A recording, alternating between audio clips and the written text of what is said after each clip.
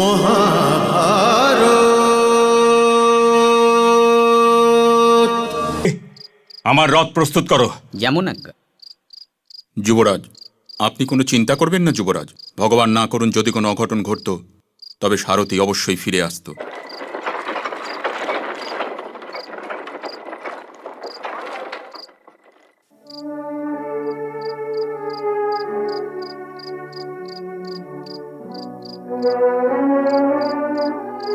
আপনি কোথায় চলে গিয়েছিলেন পিতা মহারাজ? আমরা সবাই ভীষণ চিন্তিত হয়ে পড়েছিলাম। পথ খুঁজে পাচ্ছিলাম না পুত্র।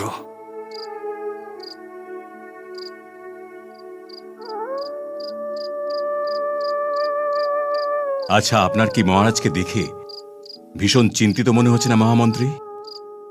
রাজার তো অনেক চিন্তাই থাকে যুবরাজ।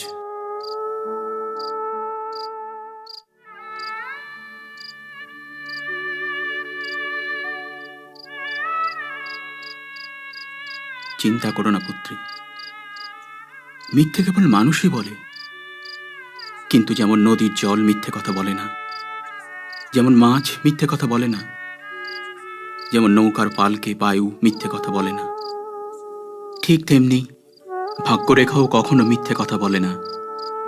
তোমার ভাগ্যরেখা হস্তিনাপুরের চন্দ্রবংশীয় নরেশকে বেঁধে নিয়ে অবশ্যই আসবে। শুতে যাও।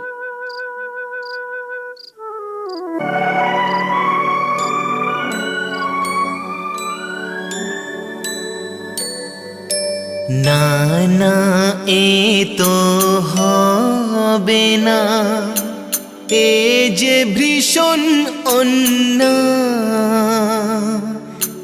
নীতি প্রীতির সংঘর্ষে প্রাণ যদিও চলে যায়, প্রাণ যদিও চলে যায়।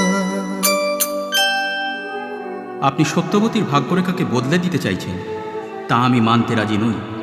যদি ওরই সন্তানের রাজত্ব করার থাকে, তবে ওরই সন্তান রাজত্ব করবে। আর সত্যবতীর ভাগ্যরেখা ওর সন্তানকে রাজত্ব করাতে পারবে এমন রাজাকেই বেঁধে নিয়ে আসবে মহারাজ।